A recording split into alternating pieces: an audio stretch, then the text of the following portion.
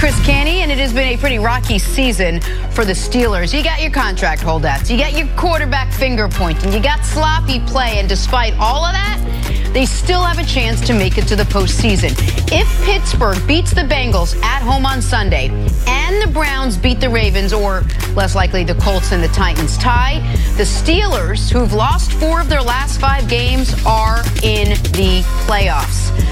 Canny, how much does this season's story for the Steelers change if they do indeed make it to the postseason? Everything we just heard, does that all get erased? I think it does, because you're talking about competing for a championship at that point. And so if you're one of the 12 teams that qualify for the tournament, I think it gets rid of all of the bad things that have gone on with this Pittsburgh Steelers team throughout this season. I mean, the distractions, the Le'Veon Bell holdout, Big Ben calling out his teammates and coaches. I mean, I think all of that kind of goes away and you lock in on this team trying to compete for a championship. But if they don't get in, CC, that's a big problem, because the Pittsburgh Steelers' expectations this season were to compete for a championship. You have a quarterback that's getting to the end of his prime in Ben Roethlisberger. You have arguably the best wide receiver in the game, and Antonio Brown. And then, of course, coming into this year, we assumed that Le'Veon Bell would be a part of this team. Now, that hasn't been the case. Kevin Colbert played chicken with Lev Bell.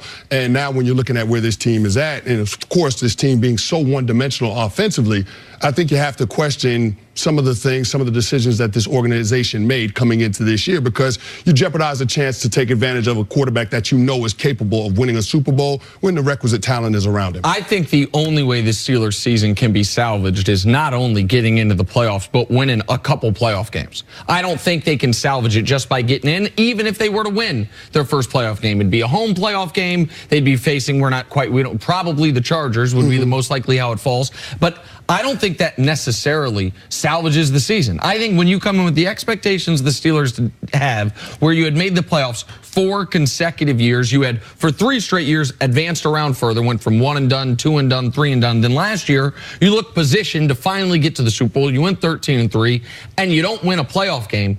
That the fact that they are in this position to where they need help, they don't even control their own destiny to get into the postseason after being 7-2-1.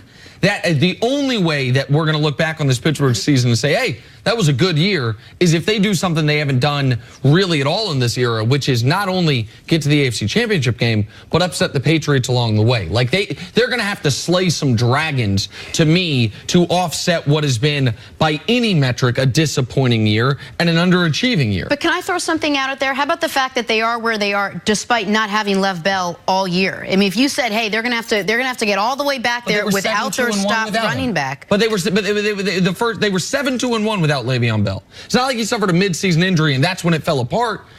Would they be better with him? Yes. Could they? How many of those games in December could they have won? Exactly. They lost 4 of the last 5 games, and in all of those games is 7 points or less. No, I mean, you're talking about really close ball games, and the difference of having Le'Veon Bell versus James Conner or Samuels. I mean, that could have been the difference in those games. I agree with that. Of course, Le'Veon Bell makes them better, and I think if Le'Veon Bell were there, they would have at least 1, if not 2 more wins. I get it.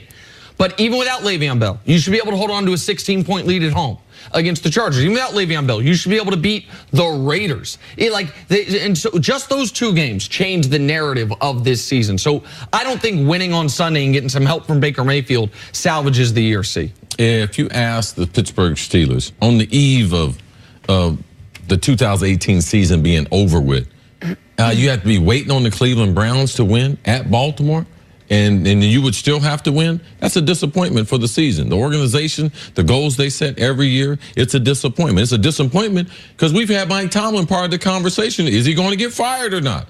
That's a disappointing season. Ben Roethlisberger, the way that he's played in the red zone, given the amount of experience, Super Bowl playoff experience that he's got, and he's still in his prime. It's been a disappointment. This window, A.B., L. Bell, Ben Roethlisberger, it's been a disappointment. They've gotten rid of a bunch of coaches. It's been a disappointment. So regardless of what the Pittsburgh Steelers do, which I don't believe they're going to get into the playoffs, we're going to be on the show on Monday talking about, oh, they missed the playoffs. It's a disappointing. Is it a disappointing season? Yes, it's a disappointing season. They got high expectations on the organization. The players have high expectations, and they did not get it done. Simple as that. I assume that it's something Chris and I both independently seized on that we saw yesterday, and I want your perspective on it. I assume the teams you were on at the end of the year voted on some type of team MVP. So the Steelers have done this every year in their history. Ben Roethlisberger, they voted on it yesterday, and Juju won it. Antonio had won 4 of the previous 7, I believe. Ben's won it once in his career. It was 2009, a year they actually missed the playoffs.